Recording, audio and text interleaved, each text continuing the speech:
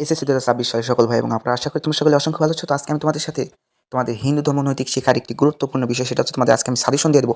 এই সাজেশন থেকে আমি তোমাদের নিশ্চয়তা দিতে পারি 95% কমন আসবে।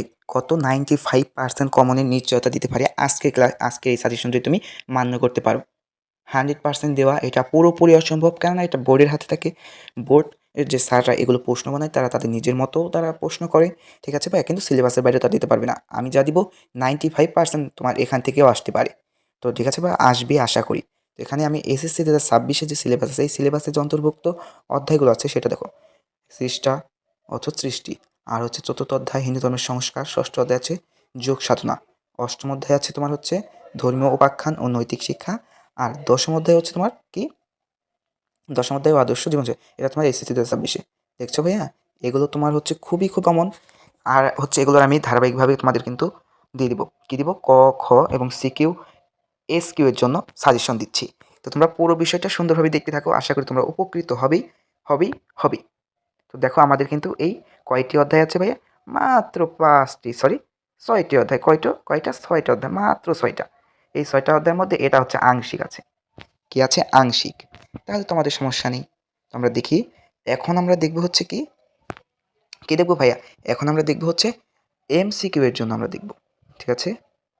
এখানে আমরা কথা বলবো কি নাম কিন্তু আগে বলছি, আবার বলছি যে ক, খ, সিকিউ এর জন্য কথা বলবো, এমসিকিউ এর জন্য কথা বলবো, আর খ মানে তো এসকিউ, এগুলো নিয়ে কথা বলবো। তো সর্বপ্রথমে আমরা কি নিয়ে কথা বলবো? এমসিকিউ নিয়ে। কি নিয়ে? এমসিকিউ নিয়ে। বুঝাইতে পারছি? আমরা প্রথমে এমসিকিউ নিয়ে কথা বলবো। তো যদি এমসিকিউ নিয়ে কথা বলি, আসলে এমসিকিউ এর জন্য তোমার সকল অধ্যায় পড়তে হবে। সকল অধ্যায়ের মধ্যেও যদি আমি তোমাদের কমন দিই যে তুমি এই অধ্যায় থেকে পড়লে পাস করতে পারবে, তাহলে তোমাকে সর্বপ্রথমে চতুর্থ অধ্যায়টা পড়তে হবে। হ্যাঁ, হিন্দু ধর্মের সংস্কার, তারপর হচ্ছে ষষ্ঠ অধ্যায়টা পড়তে হবে যোগ সাধনা। এটা থেকে এমসিকিউ কমসে কম তুমি 10টা পাবেই, 8টা পাবেই। তারপর হচ্ছে তোমার নবম অধ্যায়টা পড়তে হবে, ভালো করে পড়তে হবে। শুধু রিডিং পড়লে হবে না, মনোযোগ সহকারে পড়তে হবে। দশম অধ্যায়টা আরও বেশি পড়তে হবে। এখানে কিন্তু বিভিন্ন দেবদেবতার হচ্ছে তোমার জন্ম তারিখ এগুলো আছে, এগুলো তোমাকে ভালো করে পড়তে হবে ভাইয়া। তাই বলে বলবো যে এই প্রথম আর হচ্ছে অষ্টম কি তোমরা পড়বে না? অবশ্যই পড়বে। এগুলো হচ্ছে বেশি কমন। তাই তোমাকে সবগুলো অধ্যায় পড়তে হবে এমসিকিউর জন্য। এমসিকিউর জন্য কোনো মাপ নেই। এমসিকিউ তোমাকে যেকোনোখান থেকে যেকোনো স্থান থেকে দিতে পারে তারা, ঠিক আছে? তো তোমাদের এমসিকিউর জন্য সব। এখন হচ্ছে এসকিউ। এসকিউ মানে হচ্ছে ক, খ এর জন্য একই কথা। তো এসকিউর জন্য যদি আমি বলি, এই এসকিউর জন্য হচ্ছে এসকিউর সংক্ষিপ্ত কথা একই কথা। ঠিক আছে? এটা হচ্ছে প্রথম অধ্যায়ের জন্য। প্রথম অধ্যায় পরিচ্ছেদ ১। পরিচ্ছেদ ১-এ ১.১ তোমার যে ব্রহ্ম ও ঈশ্বর, এখান থেকে তুমি নিশ্চিত থাকো যে একটা খ আসবে। আসবে, আসবে। হ্যাঁ? তারপর হচ্ছে তুমি এখান থেকে কি? আর এগুলো যে আমি দিচ্ছি, এই যে অবতার স্বরূপ, ঈশ্বর গুণ ও শক্তি, উপাসনা ধারণ, এগুলো তোমাকে রিডিং একেবারে ভাই 100% ভাবে তোমাকে এগুলো পড়তে হবে। সুন্দরভাবে পড়বে। এখান থেকে কি? তুমি কি ১ দিন সময় পাচ্ছ। কতদিন? ১ দিন সময় পাচ্ছ। আর ১ দিন মানে হচ্ছে তোমার ২৪ ঘন্টা। কয় ঘন্টা? ২৪ ঘন্টা। আর এই ২৪ ঘন্টার মধ্যে তুমি ঘুমাবে কয় ঘন্টা? ৭ ঘন্টা ঘুমাবে। কয় ঘন্টা ঘুমাবে? ৭ ঘন্টা। কয় ঘন্টা? ৭ ঘন্টা। এনাফ। আশা করি এনাফ।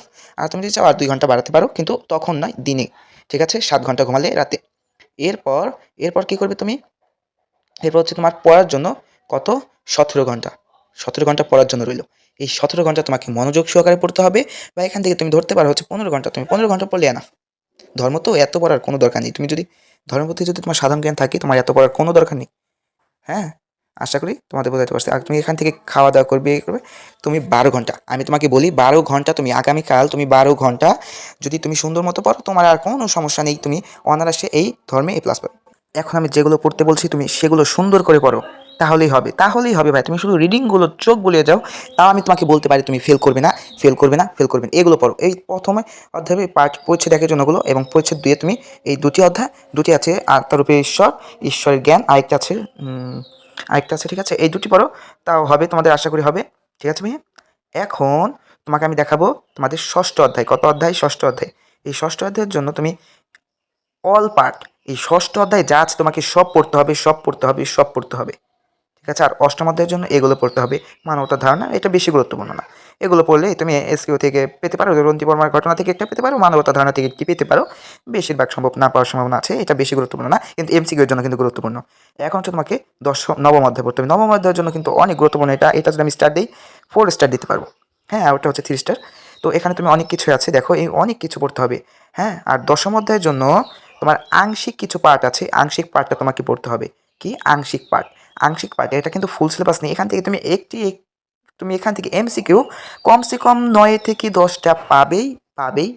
সেটা আমি গ্যারান্টি দিতে পারি। একটু কিছু কম হতে পারে, 7 থেকে 8টাও হতে পারে। আর এসকিউ তুমি এখান থেকে কমসে কম ভাইয়া কয়টা পাবে? তোমাদের এমসিকিউ আছে, সরি 15টা আছে তোমাদের। এখান থেকে তুমি কমসে কম এখান থেকে 5টি এসকিউ পাবে। এখানে খুবই গুরুত্বপূর্ণ বিষয়গুলো নিয়ে আলোচনা করা হয়েছে, ঠিক আছে? আর হচ্ছে তোমাকে লাস্টের হচ্ছে সিকিউ তুমি কমসে কম একটা পাবে। হ্যাঁ, একটা পাবে, দুটিও পেতে পারো। আশা করি বুঝাইতে পারছি। এরপর হচ্ছে আমাদের সিকিউ। এই সিকিউ আর হচ্ছে এর জন্য তুমি সিলেবাসে অন্তর্ভুক্ত সকল অধ্যায়ের বোর্ড 23, 22, 21, 24 পড়লে মন চাইলে পড়তে পারো।